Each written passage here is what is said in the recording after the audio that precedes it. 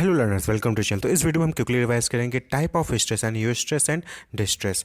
तो आपको पता है कि ऑर्गेनाइजेशन में जो एम्प्लॉय होता है वो इंटरेक्ट करता है और भी कंटिन्यूस इंटरेक्ट करता है with environment events happening outside, जैसे कि सोशल एंड टेक्निकल चेंजेस हैं, इकोनॉमिकल एंड फाइनेंशियल कंडीशन है, सोशल क्लास कॉन्फ्लिक्ट्स है, कम्युनिटी कंडीशंस हैं। तो बहुत सारे एनवायरनमेंट में जो है फैक्टर्स हैं जो कि अफेक्ट करते हैं किसी भी ह्यूमन बीइंग को, और वही जो है वो स्ट्रेस क्रिएट करते हैं। तो कुछ स्ट्रेस ऐसे होते हैं जो कि पॉजिटिव जो है कॉन्सिक्वेंसेस दिखाते हैं, वहीं पे कुछ स्ट्रेस ऐसे होते हैं जिनका नेगेटिव कॉन्सिक्वेंसेस आता है। तो डिग्री ऑफ स्ट्रेस के बेसिस पे ही जो है स्ट्रेस को डिवाइड किया गया है। तो degree of stress produce positive and negative consequences. तो on the basis of this stress can be divide into eustress and distress. तो जैसा कि आपको होता है, हैंस सेली ने कहा था कि it's not stress that kills us, it is our reaction to it. यानी कि हम कैसे स्ट्रेस को रिएक्ट कर रहे हैं वो डिपेंड करता है कि पॉजिटिव कॉन्सिक्वेंसेज आएगा उसका या फिर नेगेटिव कॉन्सिक्वेंसेज आएगा। यानी कि जब हम बहुत परेशान होते हैं, स्ट्रेस ज़्यादा हो जाता है, तो हम क्या करते हैं, खाना पीना छोड़ देते हैं या फिर लोगों से बात करना छोड़ देते हैं, अलग कट जाते हैं या फिर किसी नशे में पड़ जाते हैं, गलत आदतों में पड़ जाते हैं। तो ये डिस्ट्रेस है। तो ये हमारा हमारा रिएक्शन है स्ट्रेस पे। स्ट्रेस सबको होता है, लेकिन वो कौन कैसे स्ट्रेस को डील करता है वो डिपेंड करता है, और वही जो है पॉजिटिव और नेगेटिव कॉन्सिक्वेंसेज आते हैं।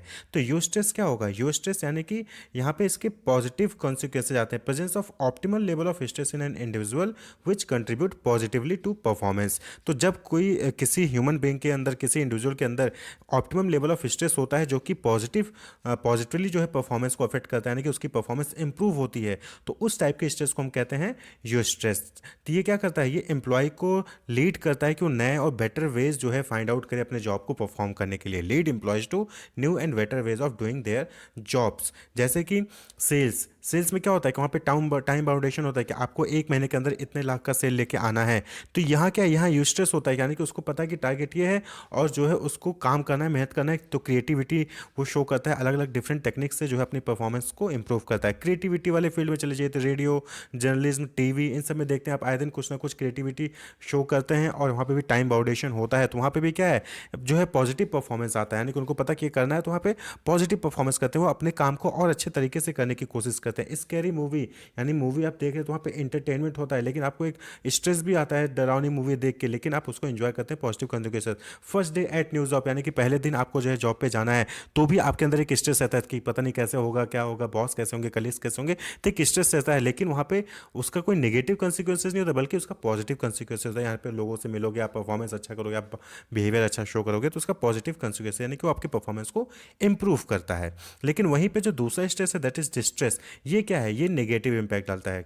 तो presence of high level of stress in individual which contribute negatively to performance. यानी अगर आप डिस्ट्रेस में चले गए, यानी कि आपके अंदर हाई लेवल ऑफ स्ट्रेस आ गया, तो फिर आपकी जो परफॉर्मेंस है वो नेगेटिव हो जाएगी, यानी कि पुअर परफॉर्मेंस हो जाएगी।